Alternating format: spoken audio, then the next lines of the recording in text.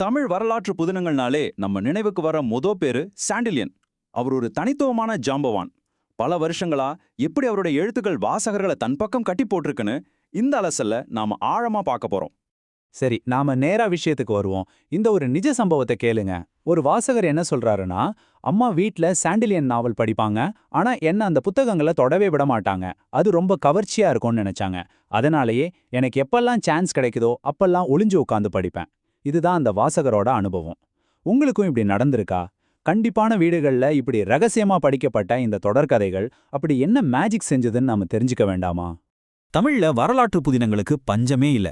கல்கி, சுஜாதா, பாலகுமாரன்னு பெரிய பெரிய ஜாம்பவான்கள் ஆதிக்கம் செலுத்தின ஒரு உலகத்துல சாண்டில்யனுக்கான இடம் மட்டும் எப்பவுமே அசைக்க முடியாத ஒண்ணு. பொன்னியின் செல்வன் மாதிரி காவியங்கள் வந்துகிட்டு இருந்த அந்த பொற்காலத்திலேயே தன்னோட தனித்துவமான ஸ்டைலால எப்படி இவ்ளோ பெரிய வெற்றி அவர் அடைஞ்சாருங்கிறது நிஜமாவே ஆச்சரியமான விஷயம்தாங்க. இப்போ அந்த சாண்டில்யன் ஃபார்முலாவே கொஞ்சம் டீகோட் பண்ணி பார்ப்போம். அவரோட நாவல்கள்ல எப்பவுமே திரும்ப திரும்ப வர்ற சில முக்கிய விஷயங்கள் இருக்கு. இதுதான் அந்த சிக்னேச்சர் இன்கிரீடியன்ஸ். 1, பயங்கர வீரமான கெத்தான தமிழ் ஹீரோ. 2, அந்த ஹீரோவோட காதல்லையும் அரசியல்லையும் சிக்கிற ஒரு வெளிநாட்டு அழகி. அவங்க கிரீக்க ராணியா இருக்கலாம், இல்லனா ஜாவா நாட்டு இளவரசியா இருக்கலாம். 3வது, எப்பவுமே ஹீரோவுக்கு அட்வைஸ் பண்ற ஒரு வயசான அறிவாளியான வழிகாட்டி.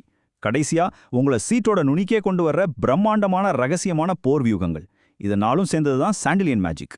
வெறும் எழுத்துக்கள்ல மட்டும் இல்லாம காட்சி ரீதியாகவும் அவர் ஒரு பெரிய அடையாளத்தை உருவாக்குனாரு. அதுதான் ஓவியர் லதாவின் அட்டைப்படங்கள்.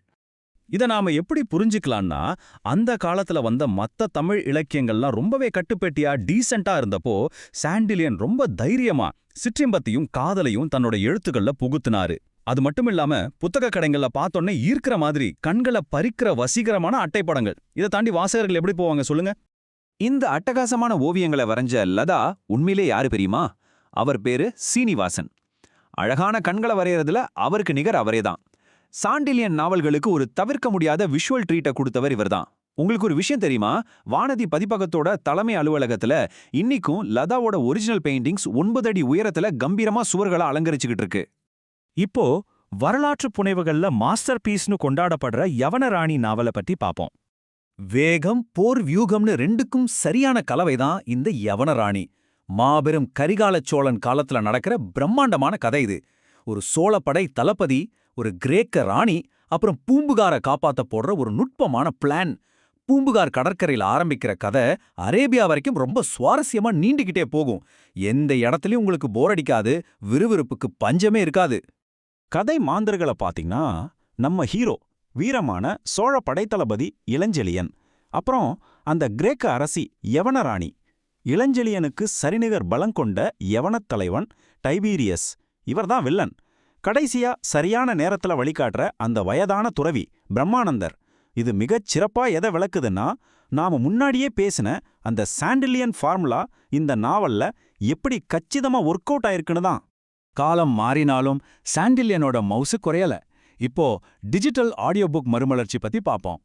அச்சு புத்தகங்கள்ல கோலோச்சின சாண்டில்யனோட வர்ணனைகள் இன்னைக்கு ஆடியபிள் மாதிரியான தளங்கள்ல பெரிய ஹிட் ஆயிருக்கு. 42. இந்த நம்பர் என்னன்னு கெஸ் பண்ண முடியுதா?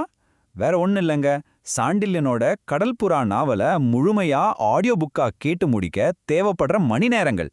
ஆமாங்க, முழுசா 42 மணி நேரம். நிஜமாவே தலை சுத்துதில்ல? இந்த கடல் புறா சும்மா சாதாரண ஆடியோ புக்கு கிடையாதுங்க. 40க்கும் மேற்பட்ட வாய்ஸ் ஆர்டிஸ்டுகள் சேர்ந்து இந்த 42 மணி நேர கடல் வழி சாகசத்துக்கு உயிர் கொடுத்திருக்கிறாங்க.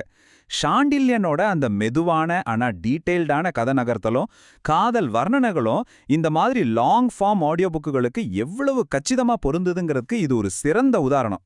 மத்த ஆடியோ புக்குகளோட ரன் டைம் எவ்வளோன்னு கேட்டிங்கன்னா, ஜீவபூமி 5.5 மணி நேரம், ராஜதிலகம் 27.5 மணி நேரம், ஆனா கடல்புறா முழுசா 42 மணி நேரம். இவ்வளவு பெரிய கண்டென்ட் இருந்தும் இன்னைக்கு இருக்கிற தலைமுறையும் சரி, லாங் டிரைவ் போறவங்களும் சரி இதை ரொம்பவே விரும்பி கேட்குறாங்க.